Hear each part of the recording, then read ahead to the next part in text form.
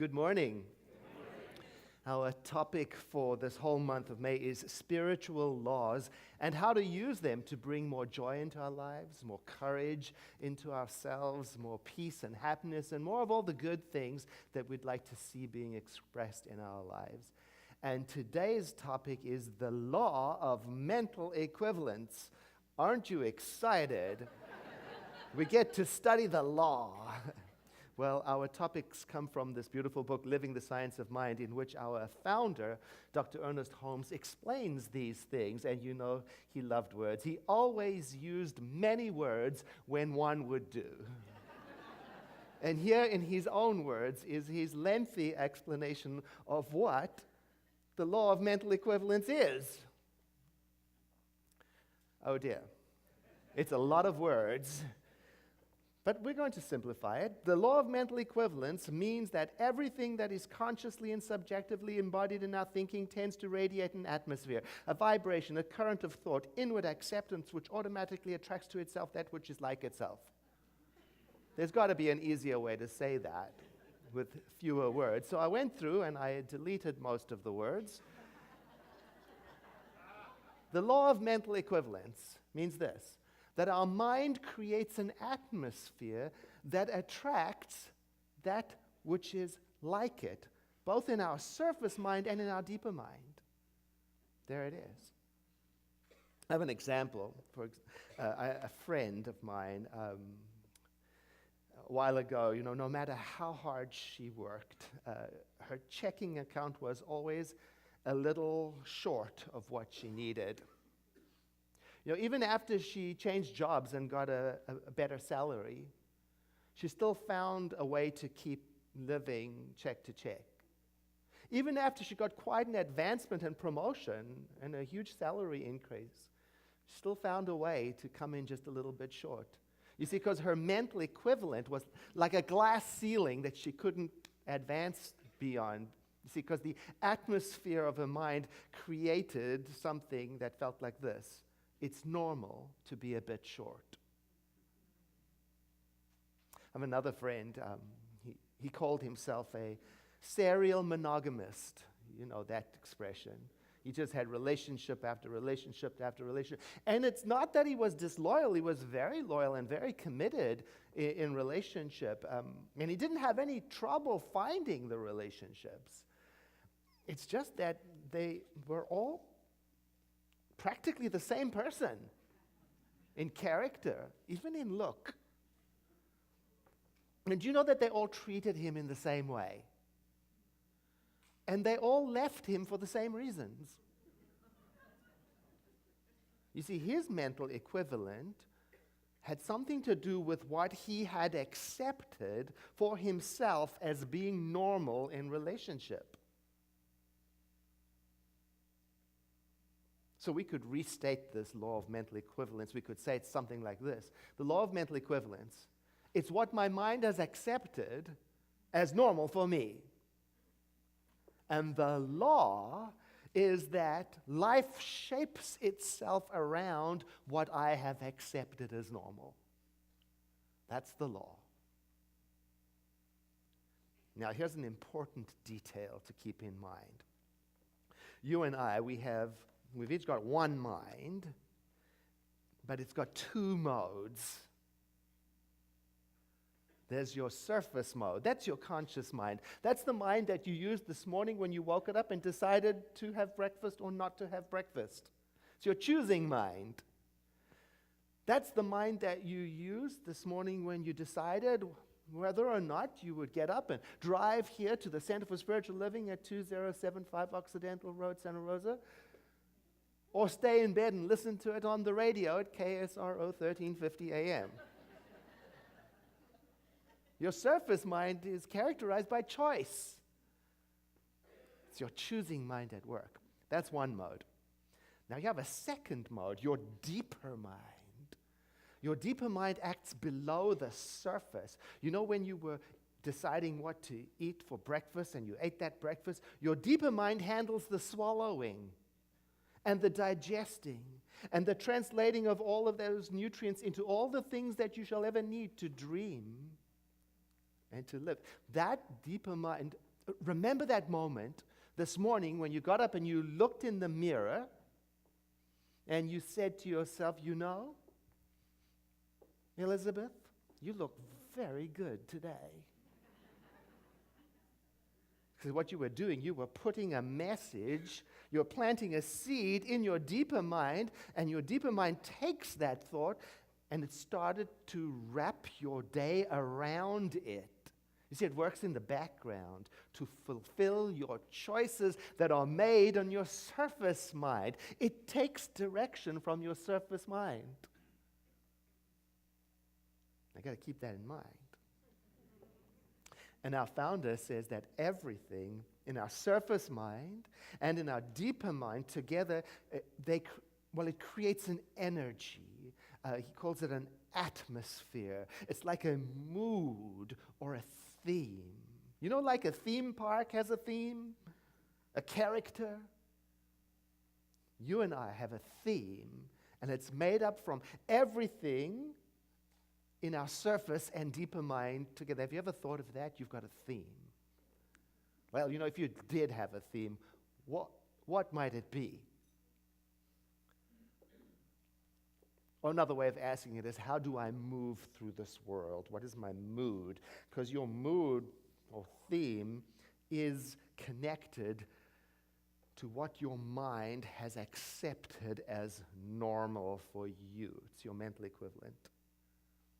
Now, different parts of your life can have different themes. You know, for example, relationship. A person's relationship theme could be almost anything. It could be confident, could be jealous, it could be suspicious, it could be desperate, it could be sharing, it could, you know. A person's health theme, what could be anything? It could be denial, it could be engaged, it could be proactive, it could be trusting, anything. A side note, I mean, we are studying the law, and not to get too technical, but just for a moment, get a little technical. See if you can stay with this. It's interesting, I think. You see, our minds have the ability to create a loop. It's called a reflective loop. You see, this is how it works. My surface mind plants the seed, something like, I'm not enough. And then my deeper mind goes about producing matching results. Then my surface mind looks at the results and identifies it as evidence. And in so doing, plants another seed of confirmation into deeper mind. And then surface mind goes about fulfilling the confirmation. Now, the original thought, I'm not enough, is called a secondary cause because it's not first cause, it's not the truth. And yet, it is creating something in my life.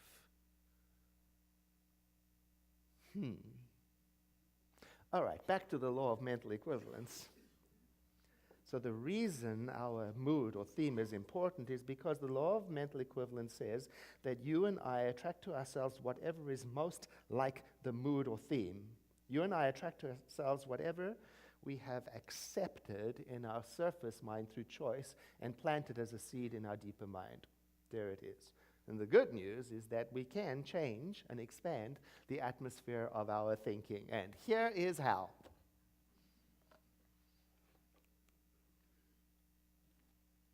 By reframing what's in your mind, by using good role models, by focusing on your values, getting them in focus, and getting clear on your priorities. So let's start at the beginning. To reframe really means to redefine, and that's how you grow a new normal.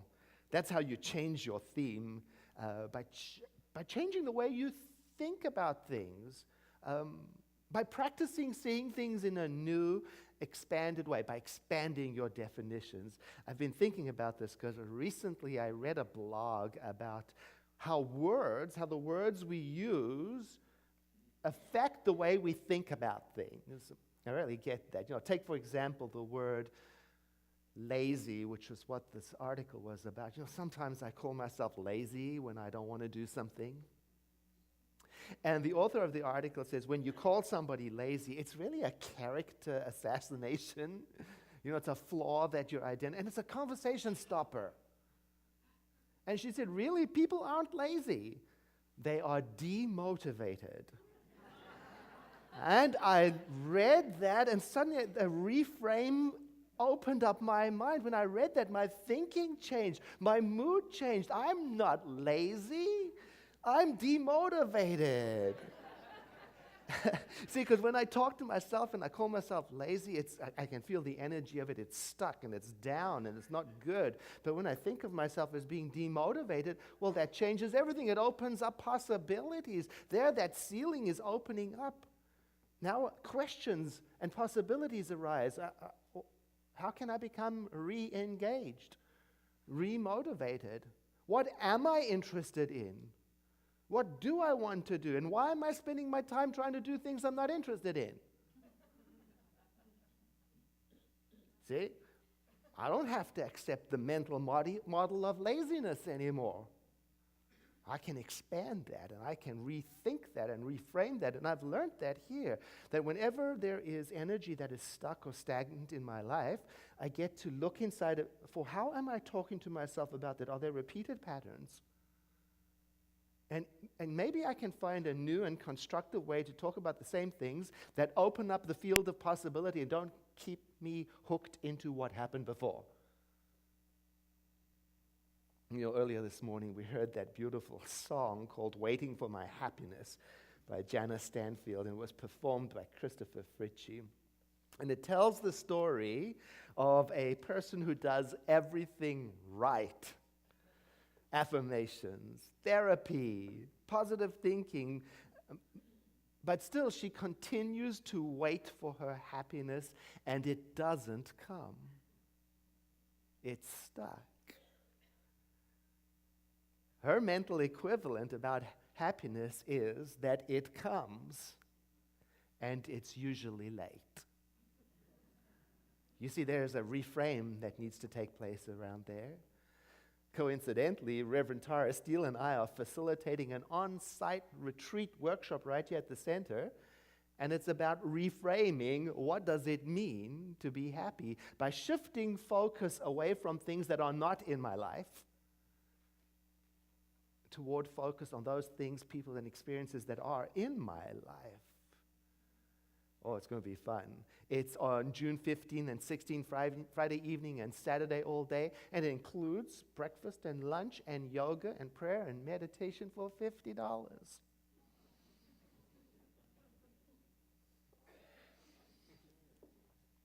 Here's a second way to work with your mental models, to change them, and that is through using role models. That's when you study good people, people who you admire, people who are doing the kind of good work in the world that you aspire to do yourself.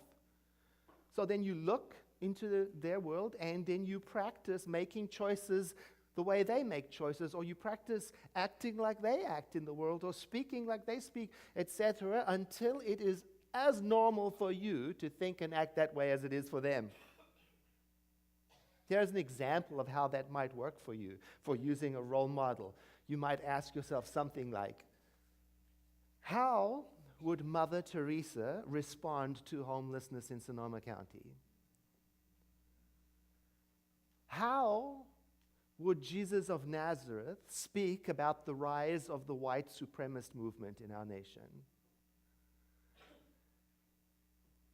How would Emma Curtis Hopkins, who is one of the matriarchs of our teaching, how would she respond to personal criticism aimed at her? What would Eleanor Roosevelt's attitude be towards social justice in America today? How would Mahatma Gandhi speak about violence as a pathway to freedom and security? You see, the answers to that, even though you might have to imagine some of them, there will be a way of planting seeds in your deeper mind, and that's why it's important to admire people who are lifting up society and the human race and the animal kingdom and the planet. See, I try to keep that in mind, when I dwell on something, when you dwell on something. In my surface mind, it is planting a seed in deeper mind, and the deeper mind is what goes to work on it. So considering what role models might say is a way of changing things up for the better. It's a wonderful method. It's practiced by people of different faith traditions all over. Hindus model their lives after Rama and Sita and Krishna. What would Rama do? Christians model their lives after Jesus and Paul. Jews model their lives after, Moses, Ruth, Esther. Who do you model your life after? Who are your heroes? Here's a thought. Change your heroes, change your life. Or change your mental equivalent. Another way to work with mental equivalence, number 3, is to focus clearly on your values. Get clarity on what you stand for. You could ask yourself the question, what is the standard that I have accepted as normal for my behavior? Because that's your mental model. If I say I'm all about love and unity, well, that's good. And I can also ask then, why did I yell at the person at the deli because she didn't make my sandwich the way I liked it?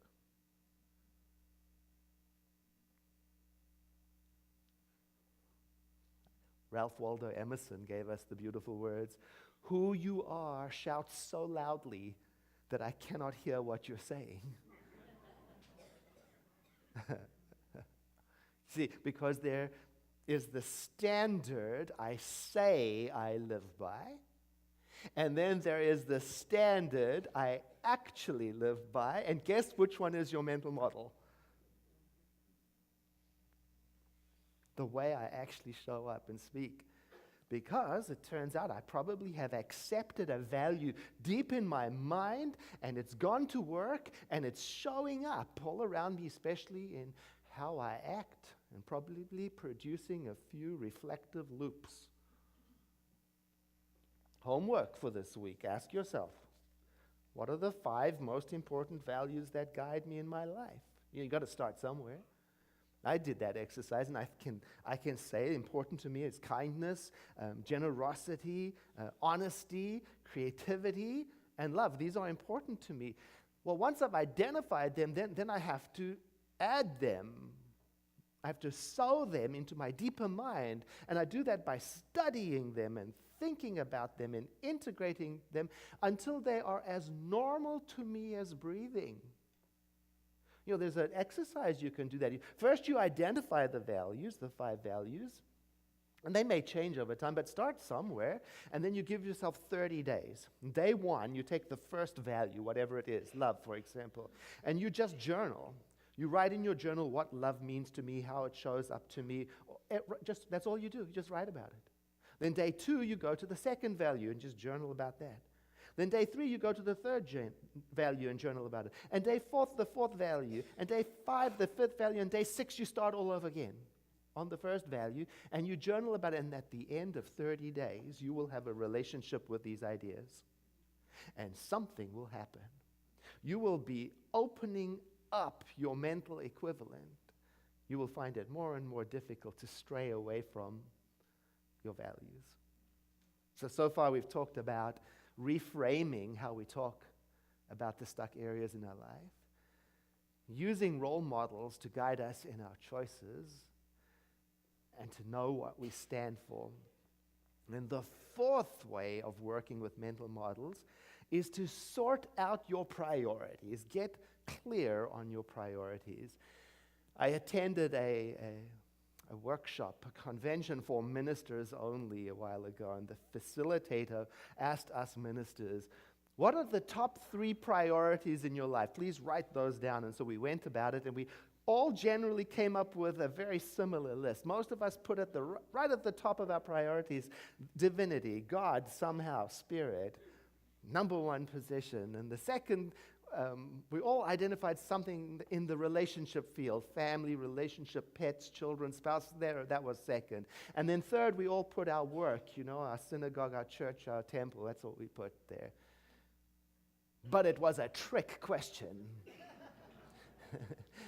Because the facilitator asked us next, I'd want you to get your schedules out on your devices or your calendar, get it out, and based on how much time you spend on these different things, what do your priorities really look like? Ouch. Oh my goodness.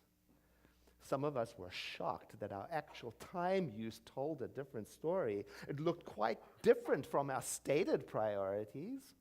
See, we had accepted a way of being in the world as normal that was quite different from what we said was important to us.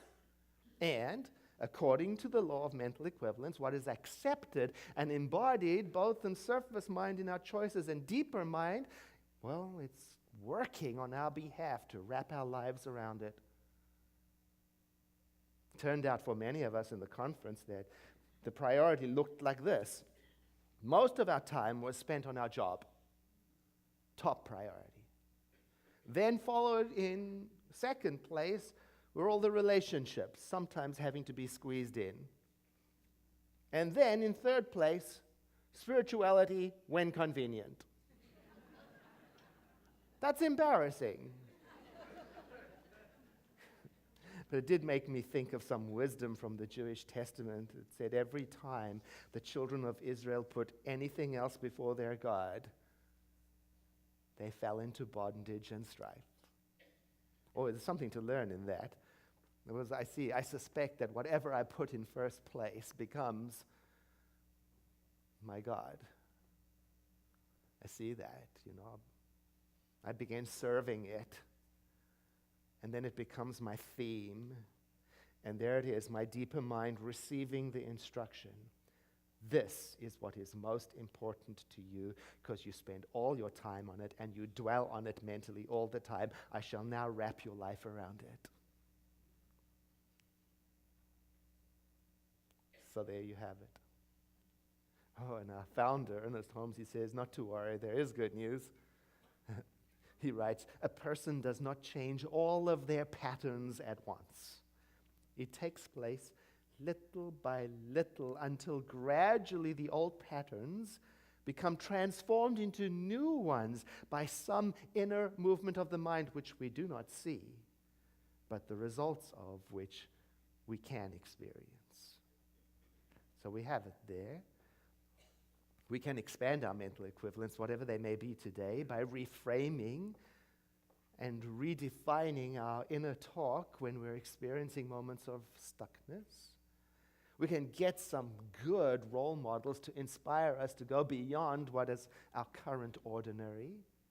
We can identify our values and integrate them by becoming truly familiar with what they mean. And finally, we can get clear on what our priorities actually are to see if any shift needs to take place. I invite you to breathe in with me and to exhale, letting your eyes close for a moment of prayer. I know there is a power for good which is responding to me right now and bringing into my experience everything that is necessary to my success and unfoldment, to my happiness and to my peace. I know there is a powerful good that enables me to help others and to bless the whole world. So I say to myself silently, there is one life. That life is God, and that life is perfect, and that life is my life right now, and it is flowing through me and flowing through my thoughts, circulating in me to produce the highest good. I am one with its rhythm. My heart beats in synchronicity with its heart. My whole physical being is animated by this Spirit, and I am at peace. And I say to myself silently, I am guided every day so that I shall know what to do in every circumstance, in every situation. And what is guiding me is the divine intelligence, leading me into right choices, right connections, right self-expression. And I desire that this goodness shall be the only thing that controls me, and because I do, I open my heart to bless and prosper everything that I'm doing. And I realize that I'm one with all people. So I affirm that there is a silent power flowing through them as it flows through me.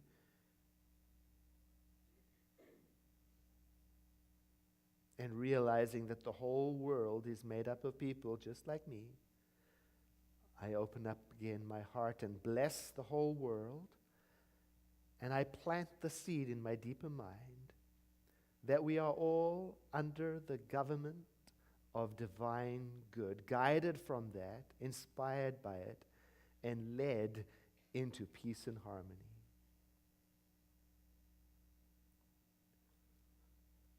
And so it is. I invite you to breathe in again deeply and to sigh.